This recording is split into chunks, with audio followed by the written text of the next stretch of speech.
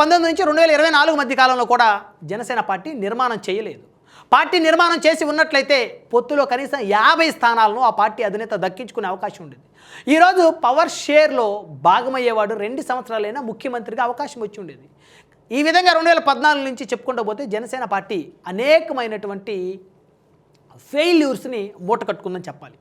కానీ 2014లో పోటీ చేసినట్టయితే ఖచ్చితంగా జనసేన పార్టీ నిర్మాణం జరిగి ఉండేది. ఆ రోజే ఆ పార్టీ మీద బలమైన నమ్మకం వచ్చి ఉండేది. 2014లోనే జనసేన పార్టీ కనీసం 20 స్థానాలు పైగా సాధించే అవకాశం ఉండేది. 2019 నాటికి వైఎస్ఆర్సీపీ అధినేత వైఎస్ జగన్మోహన్ రెడ్డికి ప్రజలు అవకాశమే ఇచ్చి ఉండేవారు కాదు. రెండవ ప్రత్యామ్నాయంగా తెలుగుదేశం తర్వాత జనసేన పార్టీ కనిపించి ఉండేది. అలాంటి అవకాశాలను ఆ పార్టీ అధినేత దూరం చేసుకున్నారని చెప్పాలి. సో కాబట్టి ఇప్పుడు సోషల్ మీడియాలో జరుగుతున్నటువంటి అతిపెద్ద చర్చ, 2014లో పవన్ పోటీ చేసి ఉంటే మరో టీవీకి విజయ్ అయ్యేవారా?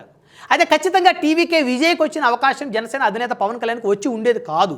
ఎందుకంటే టీవీకే విజయ్కి ఎలాంటి ఫెయిల్యూర్ పాత్ లేదు. ఆయన మీద ఎలాంటి ఫెయిల్యూర్ ఆయన పైన మోపబడలేదు.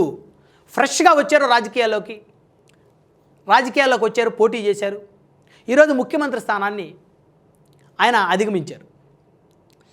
బలంగా ఉన్నటువంటి డిఎంకే ముఖ్యమంత్రి స్టాలిన్ని ఢీకొట్టారు. అన్నా డిఎంకే జయలలిత గారి మరణం తర్వాత అన్నా డిఎంకేకి ఆ స్థాయి ఫేస్ వాల్యూ లేదని చెప్పుకోవాలి.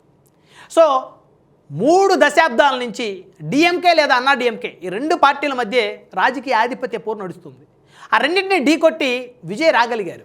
కానీ 2014లో పవన్ కళ్యాణ్ పోటీ చేసినట్లయితే ఖచ్చితంగా అధికారంలోకి వచ్చే అవకాశం ఉండేది కాదు. కానీ ఖచ్చితంగా 20 స్థానాల పైచిలుకు సాధించే అవకాశం అయితే ఆ పార్టీ అధినేత ఖచ్చితంగా ఉండేది.